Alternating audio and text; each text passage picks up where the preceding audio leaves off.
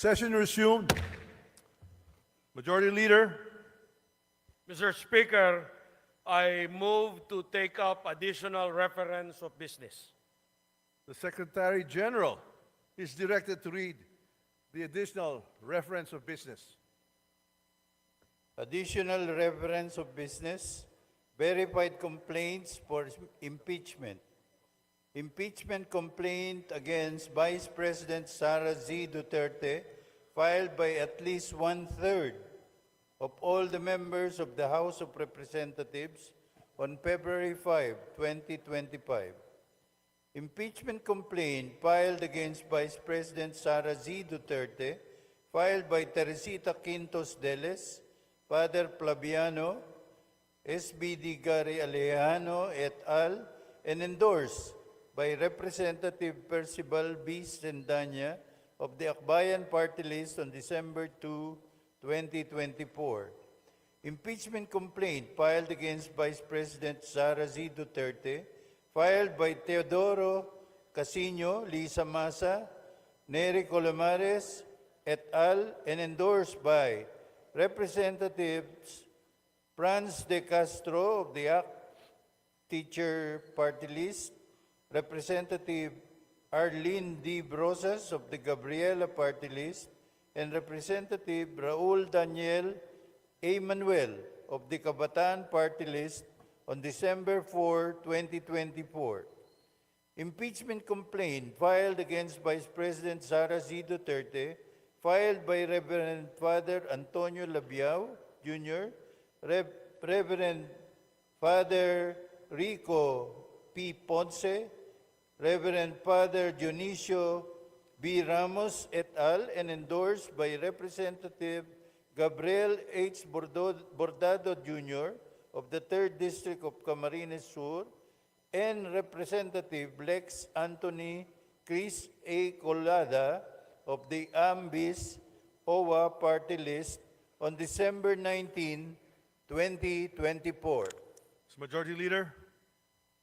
Mr. Speaker, today, as provided for in our additional reference of business, a verified impeachment complaint against Vice President Sara Duterte has been filed by at least one-third of all the members of the House of Representatives on February 5, 2025.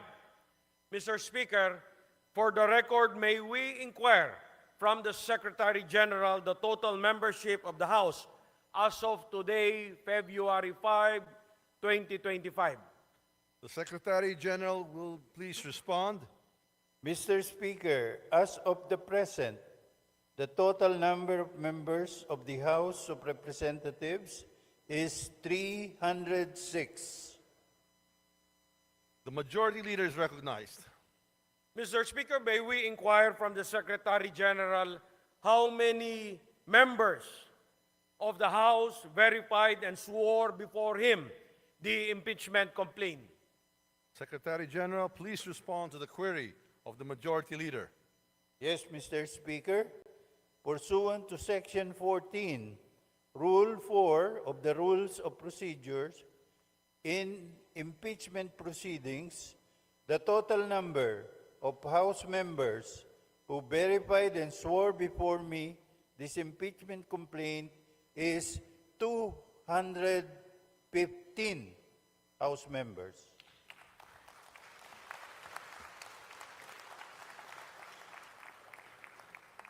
The Majority Leader is recognized. Mr. Speaker, may we know what is one-third of the total number of the members of the House? The Secretary General will please respond. Mr. Speaker, one-third of the total number of members of the House is 102. The Secretary General has responded to the query of the Majority Leader. The Majority Leader is recognized.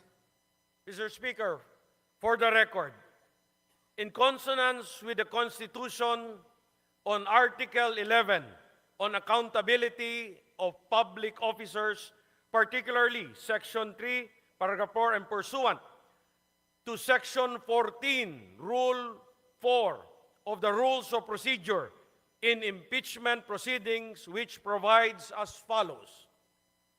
Section 14, endorsement of the complaint resolution to the Senate. A verified complaint resolution of impeachment filed by at least one-third of all the members of the House shall constitute the articles of impeachment. And in this case, the verified complaint resolution shall be endorsed to the Senate in the same manner as an approved bill of the House. Considering that the Secretary General has certified that at least 215 members of the House of Representatives have verified and swore before him the said impeachment complaint against Vice President Sara Duterte, and consistent with our rules, I move that the Secretary General be directed immediately to endorse the same to the Senate. There is a motion to direct the Secretary General to immediately endorse to the Senate the impeachment complaint, having been filed by more than one-third of the membership of the House, or a total of 215 members. Is there any objection? The Chair hears none. The motion is approved. The Secretary General is so directed. The session is suspended.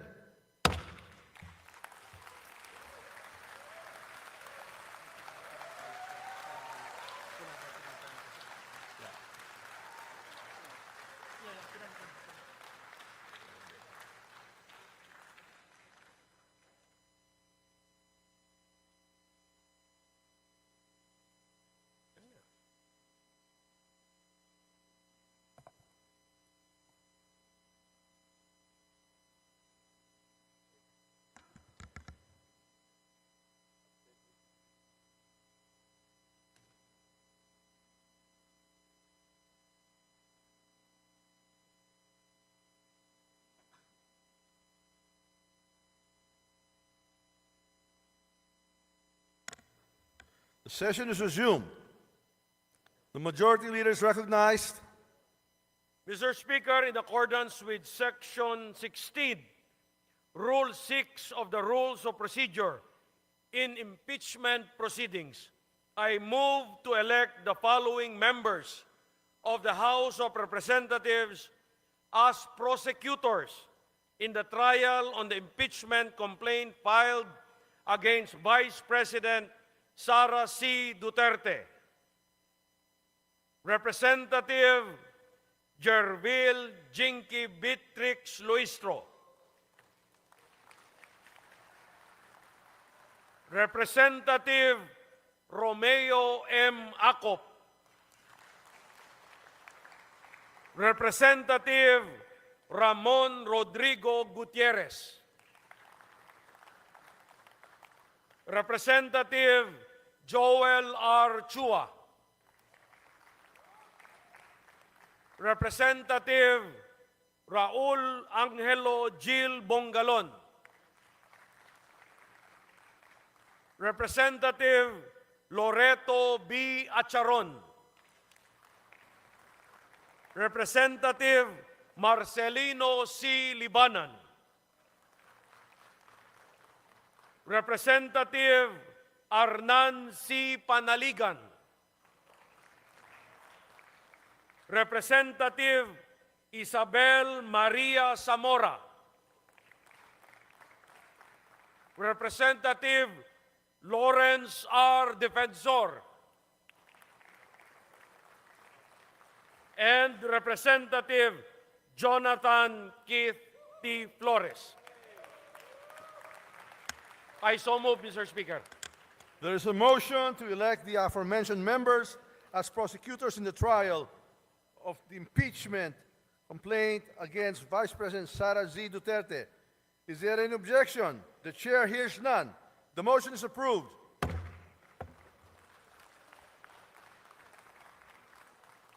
The majority leader is recognized.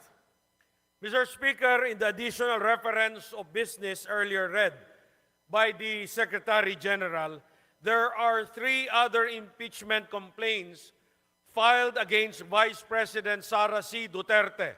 These are the impeachment complaint filed by Teresita Quintos Deles, Father Flaviano Villanueva, Gary Alejano et al. And endorsed by Representative Percival Sedanya of Akbayan Party List on December 2, 2024. Next is an impeachment complaint filed by Teodoro Casino, Lisa Masa, Nery Colmenares et al. And endorsed by Representative Franz L. Castro of ACT Teachers Party List, Representative Arlene Brosas of Gabriela Party List, and Representative Raul Daniel Manuel of Kabataan Party List on December 4, 2024. And the last one, Mr. Speaker, the third one, impeachment complaint filed by Reverend Father Antonio Labiao Jr., Reverend Father Rico Ponce, Reverend Father Dionisio Ramos et al., and endorsed by Representative Gabriel Bordado Jr. of the 3rd District of Camarines Sur, and Representative Lex Anthony Chris Colada of Ambis OWA Party List on December 19, 2024. Pursuant to our rules of procedure in the impeachment proceedings, considering that the plenary has already transmitted to the Senate the impeachment complaint filed by 215 members on February 5, 2025, that is today, I move that the 3 other impeachment complaints filed on December 2, 2024, December 4, 2024, and December 19, 2024, be transmitted to the archives. I so move, Mr. Speaker. There is a motion to transmit to the archives the aforementioned 3 impeachment complaints filed last December 2, 4 and 19, 2024. Is there any objection? The chair hears none. The motion is approved.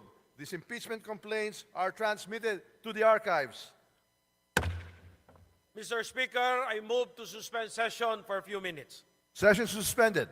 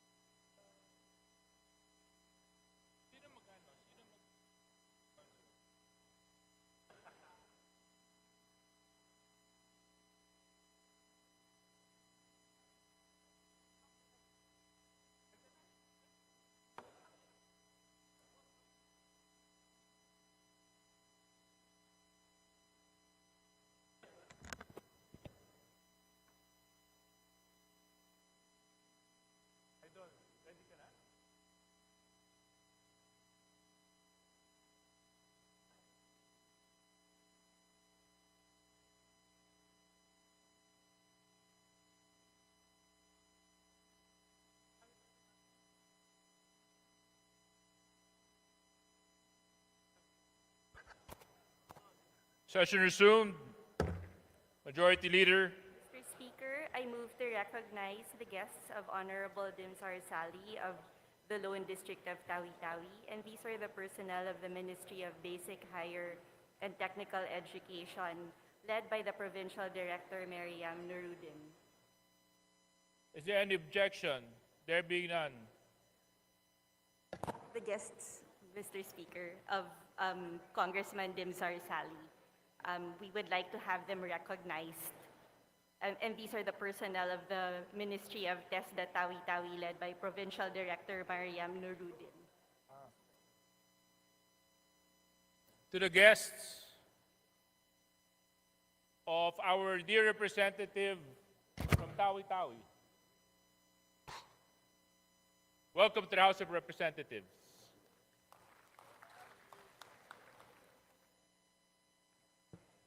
Majority Leader. Mr. Speaker, under the calendar of business for the day, I move that we consider House Bill number 11354 under Committee Report 1365 submitted by the Committee on Justice. And for this purpose, may I request that the Office of the Secretary General be requested to read the title of the bill. Is there any objection? The chair hears none. The Secretary General is hereby directed to read the title of the said bill. House Bill number 11354, an act creating 2 additional branches of the Regional Trial Court and 5 additional branches of the Municipal Trial Court in cities in the 9th Judicial Region to be stationed in the province of Zamboanga del Norte and appropriating funds therefore, amending for the purpose sections 14J and 29 of Batas Pambansa Bilang 129, otherwise known as the Judiciary Organization Act of 1980 as amended. Majority Leader. Mr. Speaker, I move that we recognize the Honorable Juliet Maridilion Ferrer, the Committee Chair of the Committee on Justice, to begin sponsorship of the measure. The Honorable Congresswoman Juliet Ferrer, you are recognized for your sponsorship. You may proceed. Thank you, Mr. Speaker.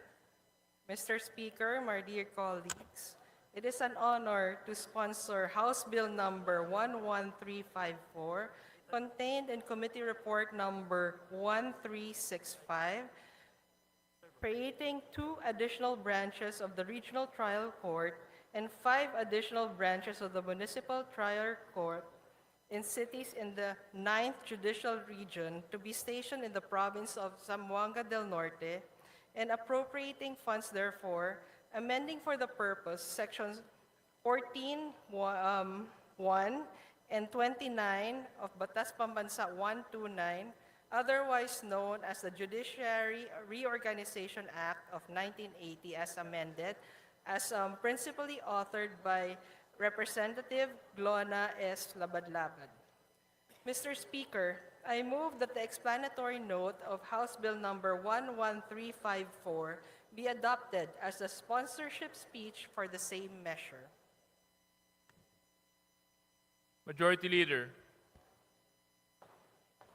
Mr. Speaker, there being no interpolator on the said measure, I move that we terminate the period of sponsorship. There being no interpolators for the said House bill, there's a motion to close the period of interpolation. Any objection? There being none, motion's approved. Majority Leader. Mr. Speaker, I move that we open the period of amendments. There's a motion to open the period of amendments. Any objection? Chair hears none. Motion's approved. Majority Leader. Mr. Speaker, there being no committee nor individual amendment, I move that we close the period of amendment. There's a motion to close the period of amendments, there being no committee or individual proposed amendments. Any objection? The chair hears none. Motion's approved. Majority Leader. Mr. Speaker, I move that we vote on second reading House Bill number 11354. I so move, Mr. Speaker. There's a motion that we vote on second reading House Bill 11354. All those who are in favor, please say aye. Aye. All those who are against, please say nay. The ayes have it. House Bill 11354 is hereby approved in second reading. Congratulations. Majority Leader. Mr. Speaker, we'd like to recognize in the meantime the guests of Honorable Attorney Jervil Jinky Beatrix R. Luistro from the Municipality of Lobo. These are Vice Mayor Angelito H. Abiera, Jordan Rojero, Edwin Macalalad, Dennis Magnaye, Ariel Camo, Christian Lumanglas, Jerwin Balmes, Albert De Chavez, Marvin J. Abdon, Maria Lieca Alcantara, Noel De Chavez, Emerlon Menes, Jomer Ramirez, Ronald Marsigan, Jose Delica, Mike Ledesma, Jeffrey Anuran, Jeremy Ilagan, Carl Vincent Castillo, Ralphie Ilagan, Gilbert Garzon, Jason Lester Castillo, Jake Paglikawan, Eddie Safrudin, Reynaldo Guno Jr., Remy Ilagan Nuestro, Marlon Anyayahan, Morlon Campang, Leo Cerezo, John Mariel Cerezo, Florentino Di Maano, Ricky Baxa, Anieline Abol, Fernando Abol, Arias Balmes, Sheila May Perez, Christian Ramirez, J.R. Ramirez, Chito Albania, Pedong Carandang, Brando Dueñas, RJ Castillo, Randolph Limbaga, Norberto Abanillo Jr., Brian Capili, Mark Anthony Delmo, Jamerica Joy, Evangelista Marvin Alvarez, Ryan de las Alas, Hernan Atienza, Kurt Francis Nara, Renel De Chavez, Joler Adoptante, Jovelyn Ramirez, Lori Lee Frane, Cecil Asi, and Karina Adalia. Sa mga panauhin mula sa bayan ng Lubo sa pangunguna ng kanilang Vice Mayor Angelito Abiera, mga guests ng ating napakasipag at napakahusay na kinatawan mula sa lalawigan ng Batangas, malugod po namin kayo tinatanggap sa House of Representatives.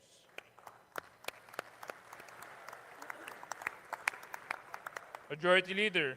Mr. Speaker, also under the calendar of business for the day, I move to take up House Bill number 11382 under Committee Report number 1392, and may we ask the Secretary General to read the title of the measure. Is there any objection? The Chair hears none. The Secretary General is hereby directed to read the title of the said House Bill. House Bill 11382, an act creating 2 additional branches of the Municipal Trial Court in cities in the 11th Judicial Region to be stationed in the city of Coronadal, province of South Cotabato, and appropriating funds therefore, amending for the purpose Section 29 of Batas Pambansa Bilang 129, otherwise known as the Judiciary Reorganization Act of 1980 as amended. Majority Leader. Mr. Speaker, we move to open the period of sponsorship and debate. Is there any objection? The Chair hears none. The period of sponsorship and debate is hereby open. Majority Leader. Mr. Speaker, I move that we recognize Representative Juliet Ferrer to sponsor the measure. The Representative Juliet Ferrer, you may proceed for your sponsorship. Thank you, Mr. Speaker. Mr. Speaker, my esteemed colleagues, it is my honor to sponsor House Bill number 11382, contained in Committee Report 1392, principally authored by Representative Peter B. Miguel, creating 2 additional branches of the Municipal Trial Court in cities in the 11th Judicial Region to be stationed in the city of Coronadal, province of South Cotabato, and appropriating funds therefore, amending for the purpose Section 29 of Batas Pambansa 129, otherwise known as the Judiciary Reorganization Act of 1980 as amended. Mr. Speaker, I respectfully submit that the explanatory note of House Bill number 11382 to be adopted as a sponsorship speech for the said measure, Mr. Speaker. Majority Leader. Mr. Speaker, there being no interpellators, we move that we close the period of sponsorship and debate. There's a motion that we close the period of interpellation, there being no interpellators. Any objection? The Chair hears none. Motion's approved. Majority Leader. Mr. Speaker, I move that we open the period of amendments. There's a motion to open the period of amendments. Any objection? Chair hears none. Motion's approved. Majority Leader. Mr. Speaker, there being neither committee nor individual amendments, I move to close the period of amendments. There being no committee or individual amendments, there's a motion that we close the period of amendments. Any objection? The chair hears none. The motion's approved. Majority Leader. Mr. Speaker, I move that we vote on House Bill number 11382. There's a motion that we vote on House Bill 11382. All those who are in favor, please say aye. All those who are against, please say nay. The ayes have it. House Bill number 11382 is hereby approved in second reading. Congratulations. Majority Leader. Mr. Speaker, I move that we consider, under the calendar of business for the day, House Bill number 11384 as contained in Committee Report number 1393. Printed copies have been previously distributed to the members pursuant to the rules. For this purpose, may I request that the Secretary General be directed to read the title of the bill. There's a motion to consider House Bill 11384. The Secretary General is hereby directed to read the title of the said House Bill. House Bill number 11384, an act creating one additional branch of the Regional Trial Court in the 4th Judicial Region to be stationed in the municipality of San Pascual, and 2 additional branches of the Municipal Trial Court in the 4th Judicial Region to be stationed in municipalities of Lobo and Tingloy, all in the province of Batangas, and appropriating funds therefore. Amending for the purpose sections 14E and 30 of Batas Pambansa Bilang 129, otherwise known as the Judiciary Reorganization Acts of 1980 as amended. Majority Leader. Mr. Speaker, I move that we recognize the chairperson of the Committee on Justice, Representative Juliet Marie de Leon Ferrer of the 4th District of Negros Occidental, to sponsor the measure. The Honorable Chairperson of the Committee on Justice, Congresswoman Juliet Ferrer, you're recognized for your sponsorship. You may proceed. Thank you, Mr. Speaker. Mr. Speaker, my dear colleagues, it is my honor to sponsor House Bill number 11384, contained in Committee Report 1393, principally authored by Representative Jervil Jinky Beatrix R. Luistro, creating one additional branch of the Regional Trial Court in the 4th Judicial Region to be stationed in the municipality of San Pascual, and 2 additional branches of the Municipal Trial Court in the 4th Judicial Region to be stationed in the municipalities of Lobo and Tingloy, all in the province of Batangas, and appropriating funds therefore, amending for the purpose sections 14E and 30 of Batas Pambansa Bilang 129, otherwise known as the Judiciary Reorganization Act of 1980 as amended. Mr. Speaker, I respectfully submit the explanatory note of House Bill number 11384 to be adopted as the sponsorship speech for the said measure. Majority Leader. Mr. Speaker, I move that we open the period of interpellation. There's a motion that we open the period of interpellation. Any objection? Motion's approved. Majority Leader. Mr. Speaker, there being no member who wishes to interpellate, I move that we close the period of interpellation. Is there any objection? Motion's approved. Majority Leader. Mr. Speaker, I move that we open the period of amendment. There's a motion that we open the period of amendments. Any objection? Chair hears none. Motion's approved. Majority Leader. Mr. Speaker, there being no individual nor committee amendment, I move that we terminate the period of amendment. There's a motion that we terminate the period of amendments, there being no committee or individual amendments. Any objection? The chair hears none. Motion's approved. Majority Leader. Mr. Speaker, I now move that we vote on second reading, House Bill number 11384. So moved, Mr. Chair. There's a motion that we approved on second reading House Bill 11384. All those who are in favor, please say aye. All those who are against, please say nay. The ayes have it. House Bill number 11384 is hereby approved in second reading. Congratulations. Thank you, Majority Mr. Leader. Speaker.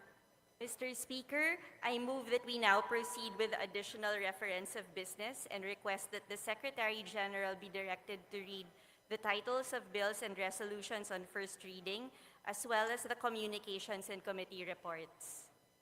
Secretary General, you may proceed. Additional reference of business, bills on first reading. House Bill 11417, further amending Section 6 and 9 of the Charter of Palampon Polytechnic State University by Representative Gomez. To the Committee on Higher and Technical Education. House Bill 11418, mandatory allocating budget for youth programs in the local government by Representative Hernandez. To the Committee on Local Government. House Bill 11419, granting free maintenance medicines to senior citizens by Representative Hernandez. To the Committee on Senior Citizens.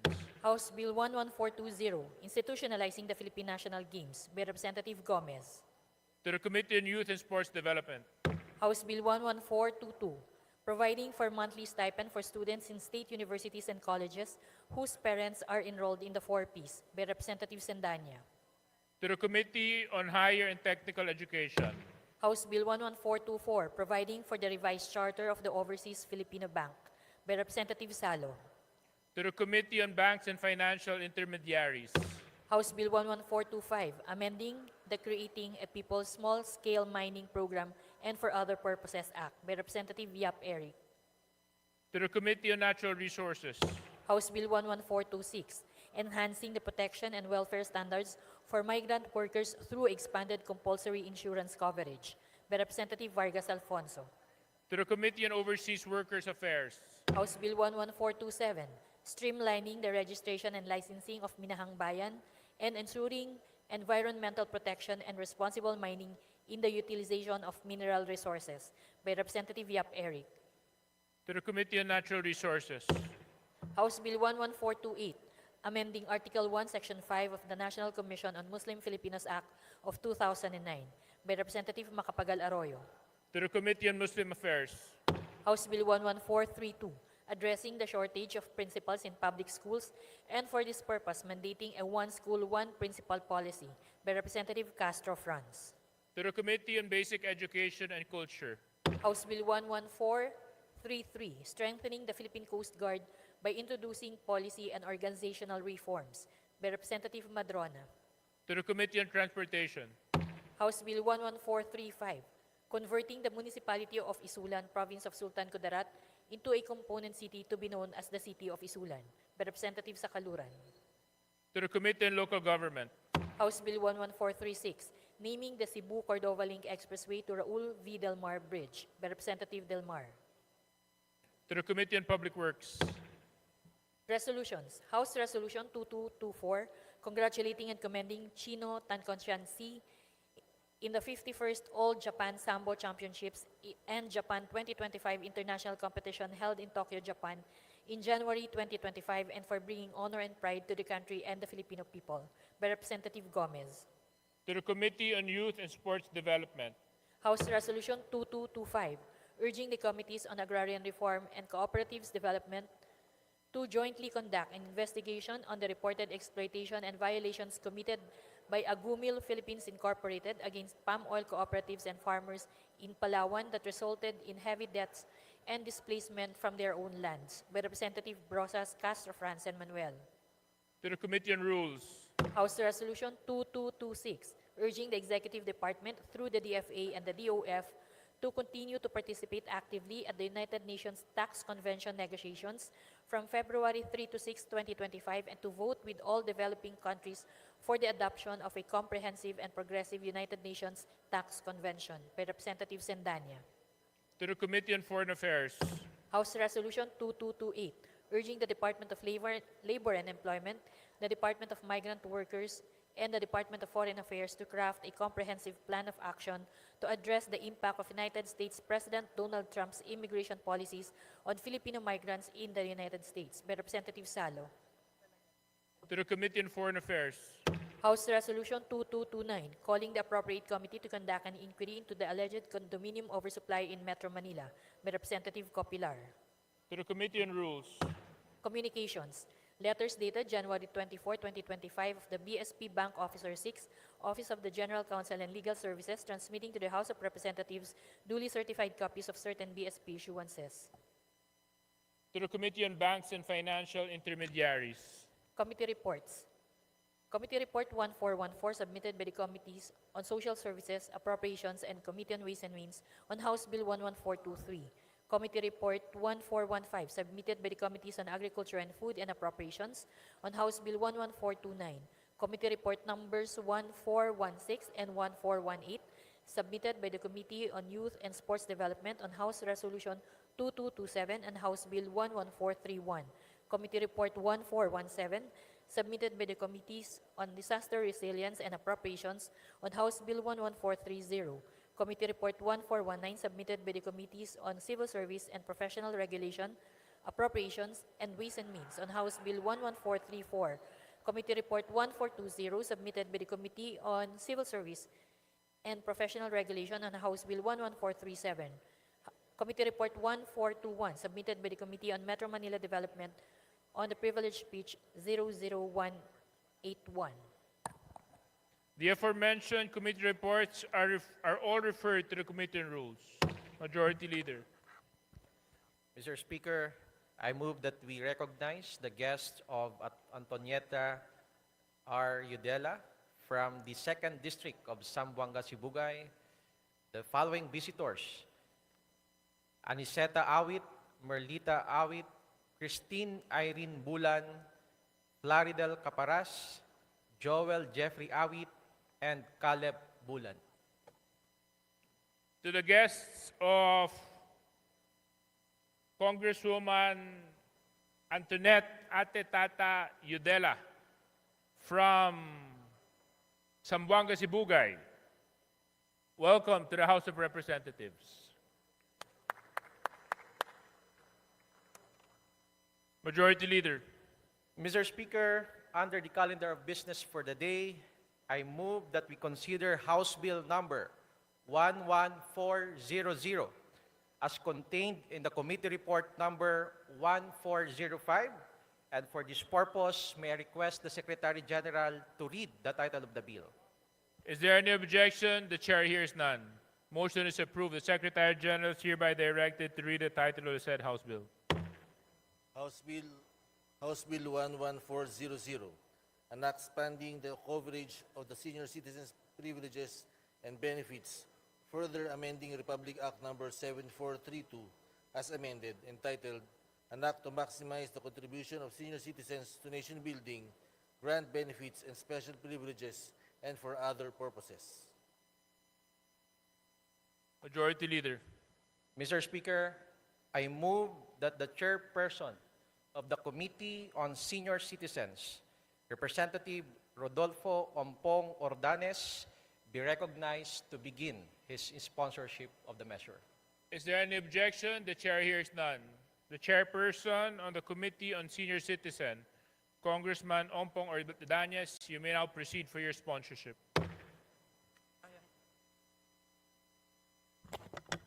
Thank you, Mr. Speaker. And good afternoon to all our guests and colleagues in this august chamber. Today, I rise to sponsor the proposed House Bill number 11400 under Committee Report number 1405, entitled An Act Granting Additional Benefits and Privileges to Senior Citizens, amending for the purpose Republic Act number 7432 as amended. This measure embodies our unwavering commitment to enhancing the welfare and quality of life of our elderly population. Ang ating mga senior citizens ay nag-alay ng dekada ng kanilang buhay para sa pagbuo at pag-unlad ng ating bansa. Kaya naman, tungkulin natin bilang isang lipunan na parangalan ang kanilang mga ambag sa pamamagitan ng pagsiguro na ang kanilang mga pangangailangan ay patuloy na natutugunan at ang kanilang mga karapatan ay napangangalagaan. As such, this bill proposes a compilation of amendments to expand the benefits and privileges granted to senior citizens. Third-party apps and websites like Grab, Foodpanda, Shopee, and Lazada have become essential to the Philippine economy. The rapid growth of digital technology has made it easier to access and provide products and services for the comfort of our homes. This shift became especially evident during the COVID-19 pandemic, when mobility restrictions pushed everyone, including senior citizens, to rely on the internet and digital platforms for basic needs. Sa investigasyong sinagawa ng Committees of Ways and Means, Senior Citizens at Special Committee on Persons with Disabilities noong nakaraang taon, isa sa pinakamalaking isyong lumutang ay ang hindi pagbibigay o pagtanggi ng mga nararapat na diskwento na nakasaad sa batas para sa ating mga senior citizens tuwing sila'y bumibili o nag-o-order online. This bill addresses a gap in Republic Act 9994 or the expanded Senior Citizens Act of 2010, which does not clearly apply discounts to online transactions. While we recognize the efforts of government agencies like the DTI, DA, and DOE in issuing Joint Memorandum Number 02, Series of 2024 to enforce senior citizen and PWD benefits for online purchases, we see the need to enshrine this provision into law for stricter enforcement. Further, this representation believes that the state and the private sector are responsible for enhancing the general public's welfare, thus including introducing the role of HMOs and insurance. However, even with health plan enrollment and insurance benefits, many senior citizens still struggle to afford hospitalization and major surgery costs. This proposed amendment seeks to ensure that individuals covered by health care and insurance providers can still access the government-granted benefits by including payments made through HMOs and insurance companies. We can help ease financial burdens and ensure everyone receives necessary medical care. These proposed discounts and tax benefits will also help address the essential needs of senior citizens, reducing their financial burdens by covering essential goods such as medicines, food supplements, utilities, transportation via transport network vehicle services, toll fees in skyways and expressways, parking, and professional health care. The additional benefits including a 15% discount in electricity and water utilities, 8.5% special discounts on basic necessities, corresponding exemptions, and an increase in debt benefit assistance to 25,000 pesos. Directly improve the affordability of essential services and commodities. Moreover, expanded privileges like exemptions from parking fees and the Unified Vehicular Volume Program if a senior citizen is on board the vehicle, and discounts on traffic fines demonstrate the government's respect and care for our mobility and dignity. My dear colleagues, this bill is more than just a piece of legislation. It is a statement of our nation's gratitude to this valuable sector. As such, I strongly urge this august body to approve this measure. Together, Let us continue to build a society where the rights and needs of our elderly are continuously cherished and safeguarded. Maraming salamat po. Thank you very much. Majority Leader. Mr. Speaker, there being no member wishes to interpolate the sponsor, I move that we terminate the period of sponsorship and debate. There's a motion. Any objection? There being none, motion is approved. Majority Leader. Mr. Speaker, I move that we open the period of amendments. Is there any objection? The chair hears none. Period of amendments is now open. Majority Leader.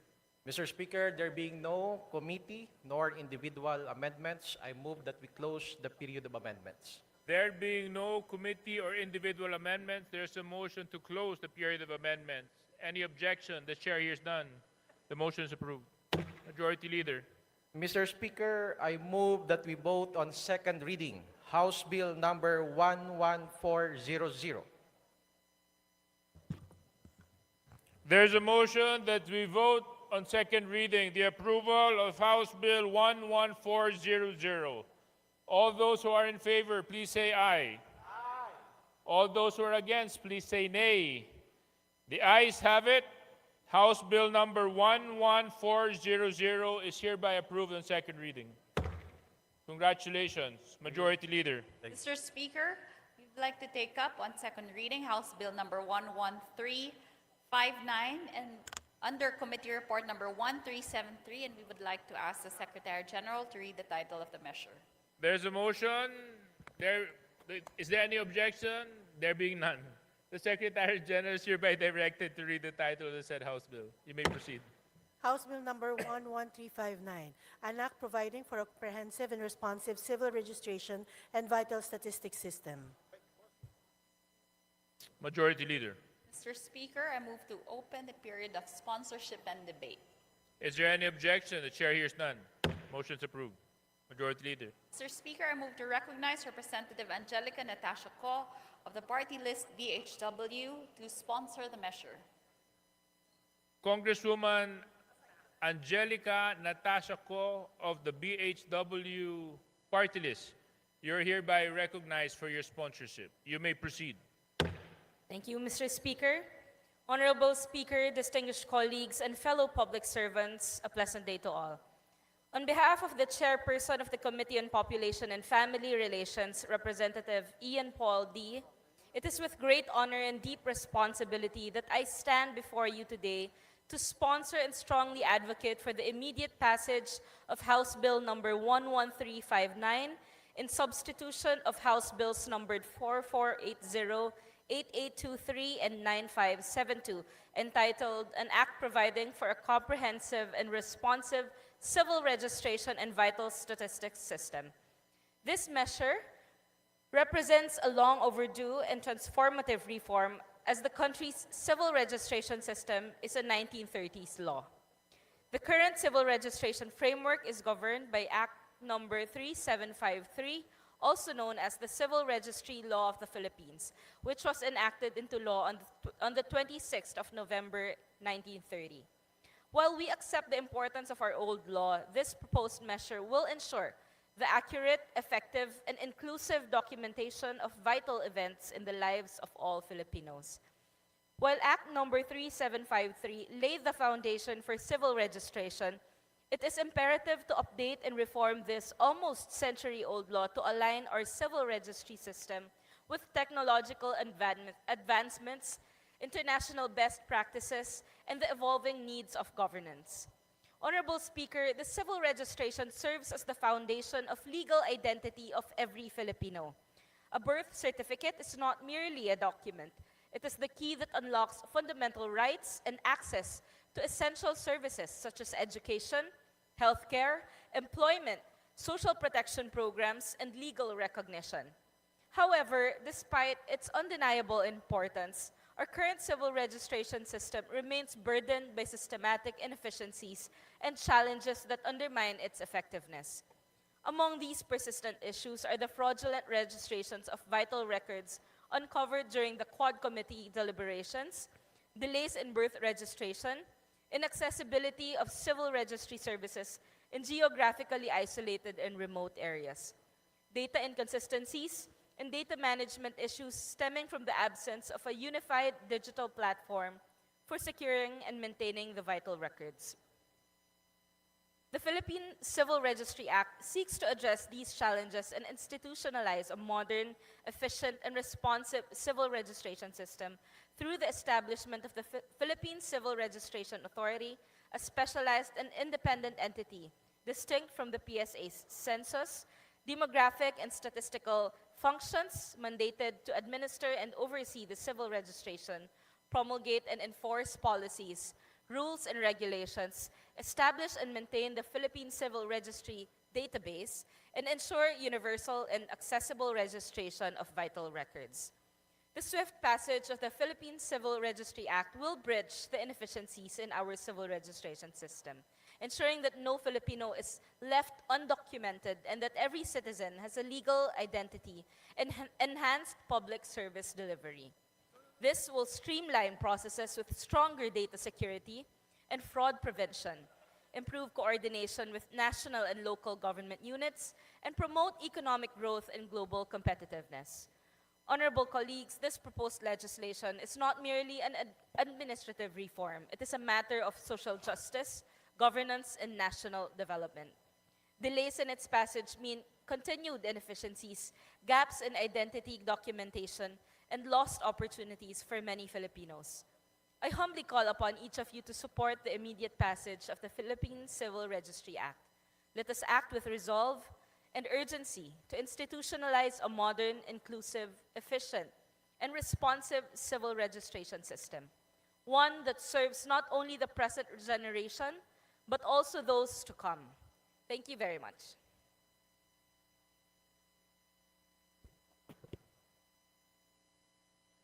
Majority Leader. Mr. Speaker, there being no interpellators, I move to close the period of sponsorship and debate. Is there any objection? Chair hears none. Motion is approved. Majority Leader. Mr. Speaker, I move to open the period of amendments. Is there any objection? Chair hears none. Period of amendments is now open. Majority Leader. Mr. Speaker, there being neither committee nor individual amendments, I move to close the period of amendments.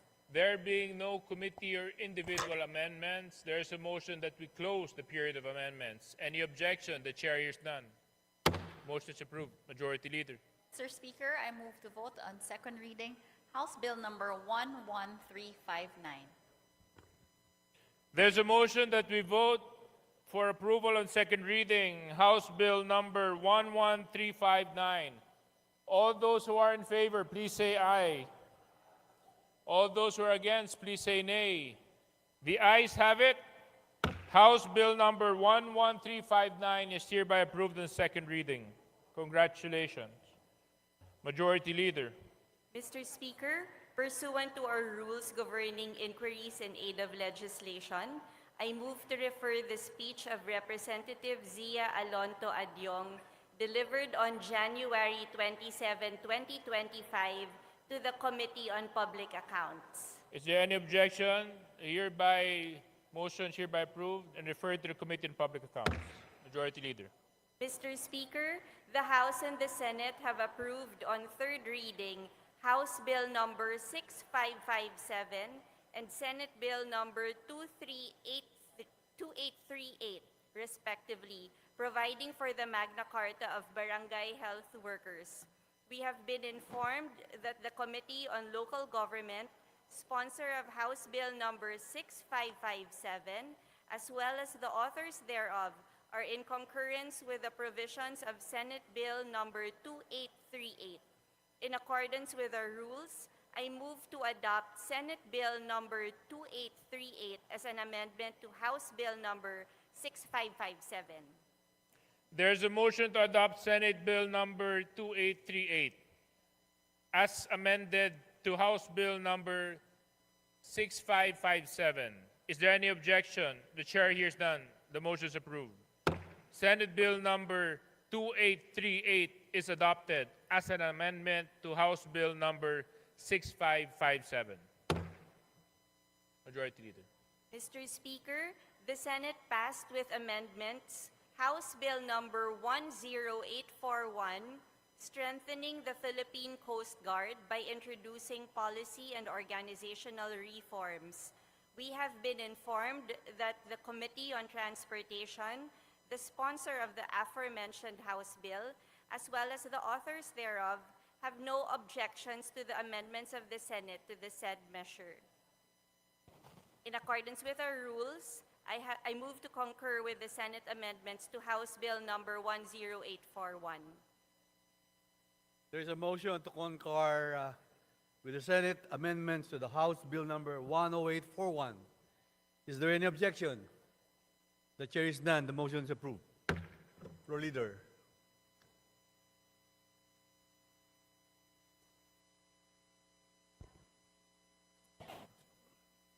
Mr. Speaker, the Senate passed with amendments House Bill number 10472, increasing the bed capacity of the Southern Tagalog Regional Hospital in the city of Bacoor, province of Cavite. We have been informed that the Committee on Health, sponsor of the aforementioned House Bill, as well as the authors, has no objections to the amendments of the Senate to the said measure.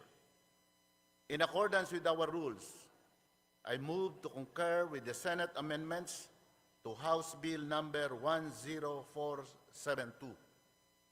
There is a motion to concur with the Senate amendments to House Bill number 10472. Is there any objection? The chair is none. The motion is approved. Floor leader.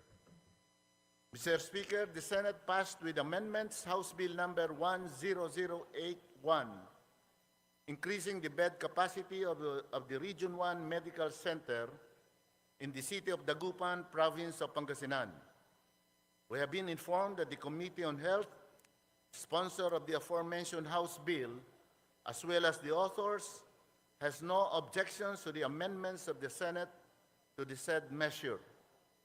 In accordance with our rules, I move to concur with the Senate amendments to House Bill number 10081. There is a motion to concur with the Senate amendment to the House Bill number 10081. Is there any objection? The chair is none. The motion is approved. Majority Floor Leader. Mr. Speaker, the Senate passed with amendments House Bill number 8925, requiring the proper and immediate burial of Muslim cadavers in accordance with the Islamic rites. We have been informed that the Committee on Muslim Affairs, sponsor of the aforementioned House Bill, as well as the authors, has no objections to the amendments of the Senate to the said measure. In accordance with our rules, I move to concur with the Senate amendments to House Bill number 8925. There is a motion to concur with the Senate amendment to the House Bill number 8925. Is there any objection? The chair is none. The motion is approved. Majority Leader. Speaker, we move to suspend session for a Session suspended.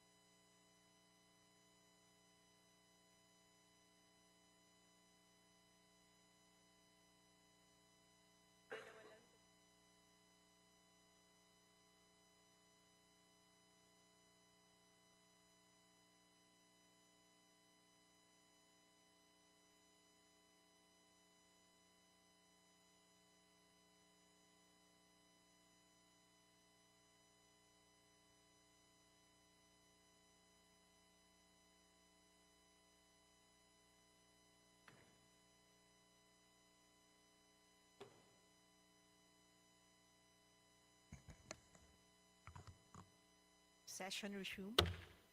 Majority Leader. Madam Speaker, I move to include additional co-authors to House Bill numbers 11137, 11359, 11372, 11373, 11375, 11376, 11393, 11394, 11395, 1400, 1402, 11354, 11382, 11384, 11429, and 11430, and House Resolution numbers 2203 and 2214 as contained in the list to be submitted by the Committee on Rules. There's a motion to include the aforementioned House bills and additional co-authors to the aforementioned House bills and House resolutions. Is there any objection? The chair hears none. The motion is approved. Majority Leader. Madam Speaker, I move to authorize all committees to conduct meetings or public hearings if deemed necessary during the House recess from February 6 to June 1, 2025. There is a motion. Is there any objection? The chair hears none. The motion is approved. Majority Leader. Madam Speaker, I move to suspend for a few minutes. Session suspended.